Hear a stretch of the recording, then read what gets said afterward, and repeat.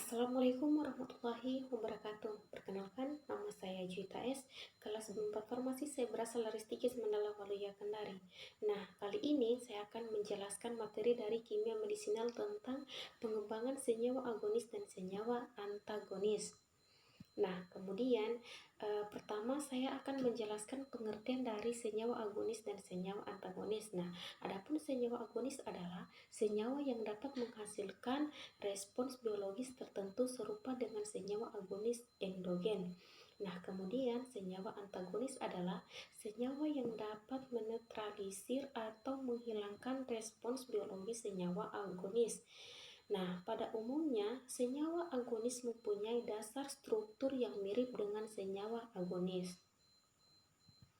Nah, adapun tujuan rancangan senyawa agonis dan senyawa antagonis ini adalah untuk mengembangkan antagonis spesifik terhadap biokatalis utama yaitu metabolit endogen. Nah, contohnya di sini adalah ada asetilkolin senyawa kolinergik, histamin dan senyawa histaminergik, neopinefrin dan senyawa adrenergik.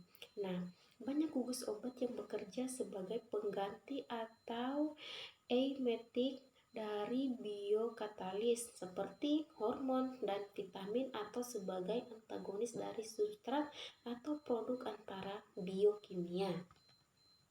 Nah, selanjutnya agonis obat tidak hanya penting untuk merancang bat atau dalam membuat komposisi obat, tetapi juga digunakan sebagai luar karena banyak aksi bat berdasarkan antagonis dengan agonis endogen seperti biokatalis, hormon dan neurotransmitter, atau kemungkinan bekerja sebagai anti-metabolit terhadap metabolit penting pada proses biokimia.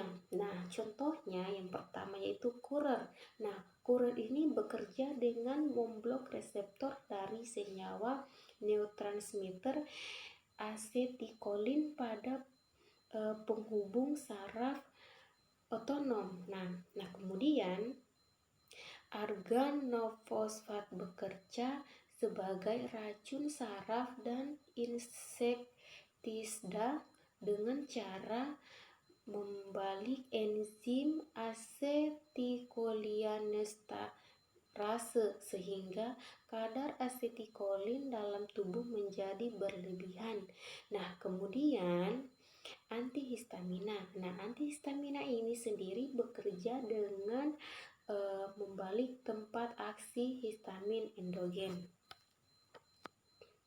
Nah, adapun pentingnya tentang pengetahuan agonis dan antagonis. Nah, pengetahuan tentang agonis dan antagonis ini penting diketahui karena dapat digunakan untuk merancang kombinasi obat, terutama dalam formulasi obat dan induksi farmasi. Nah, kemudian membuat komposisi obat atau terutama dalam pencampuran obat di apotik. Nah, 3. Merancang senyawa antagonis terhadap senyawa agonis endogen seperti metabolit, antimetabolit, histamin sampai antihistamin, dan neurotransmitter, antineurotransmitter. Rancangan ini terutama dikembangkan di bagian riset dan pengembangan. Nah, adapun pengelompokan senyawa antagonik. Nah, berdasarkan fase kerja obat senyawa antagonis dikelompokkan sebagai berikut. Yang pertama, antagonis ketersediaan aromestetik. Nah, antagonis ini menyebabkan ketersediaan obat dalam fase farmasetik menurun oleh karena itu berkurangnya kuantitas atau jumlah bentuk aktif obat yang dilepaskan atau menurunnya kecepatan pelepasan senyawa aktif dari sediaan farmasi. Nah, adapun faktor utamanya yaitu ketidaksesuaian antara obat-obat yang dikombinasikan dan ketidaksesuaian kimia dan fisika.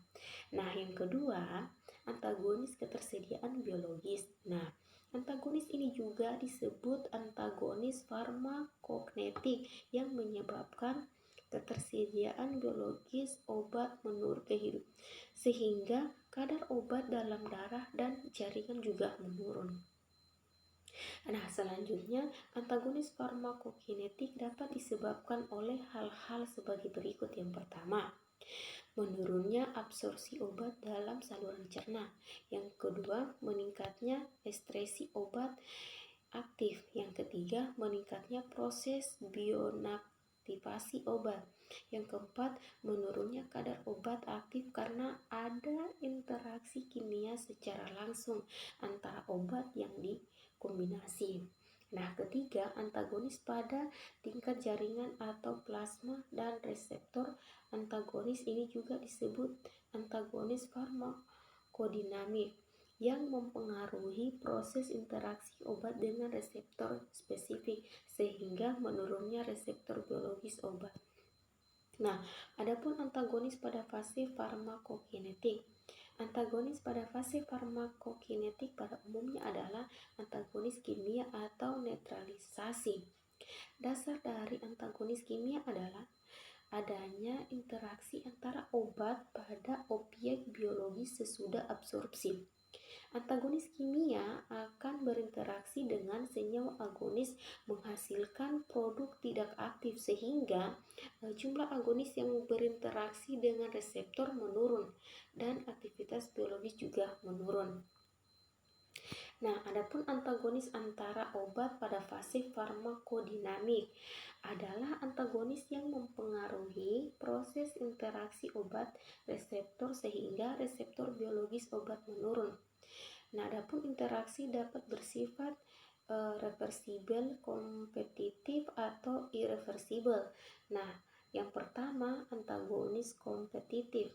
Nah, antagonis kompetitif senyawa organis dan antagonis berkompetensi dalam merebutkan tempat reseptor sehingga jumlah agonis yang berinteraksi dengan reseptor menurun dan aktivitas agonis akan menurun. Nah, kemudian antagonis non-kompetitif yaitu bekerja dengan mekanisme sebagai berikut. Nah, yang pertama, pengurangan afinitas pada reseptor. Yang kedua, pengurangan aktivitas intrinsik. Yang ketiga, menghalangi transmisi impuls. Yang keempat, berinteraksi dengan mikromolekul atau membran sel atau jaringan. Nah, yang ketiga, kombinasi antagonis kompetitif dan non-kompetitif, yaitu kombinasi satu senyawa yang menimbulkan efek antagonis kompetitif dan non-kompetitif dengan senyawa agonis. Juga sering terjadi, contohnya kombinasi antikolinergik dengan adenin atau kamiloven.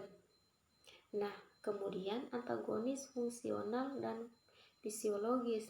Antagonis fungsional adalah apabila dua senyawa agonis yang mempunyai efek berlawanan bekerja pada satu sel sistem yang sama tetapi pada tempat yang berbeda. Contohnya itu spasmogen atau senyawa kolinergik dengan beadrenergik seperti kemudian antagonis fisiologis. Nah, antagonis fisiologis adalah apabila dua senyawa agonis yang mempunyai efek yang berlawanan bekerja pada organ atau jaringan yang berbeda sehingga dihasilkan efek resultante.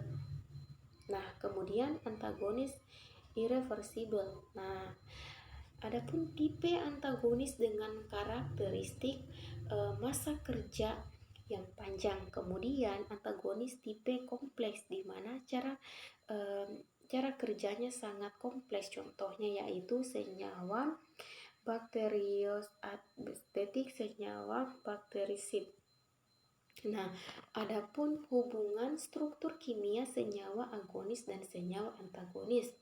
Nah, agonis dan antagonis kompetitif mempunyai afinitas terhadap reseptor yang sama, dan yang berbeda adalah aktivitas intrinsiknya. Nah, yang pertama metabolit dan antimetabolit.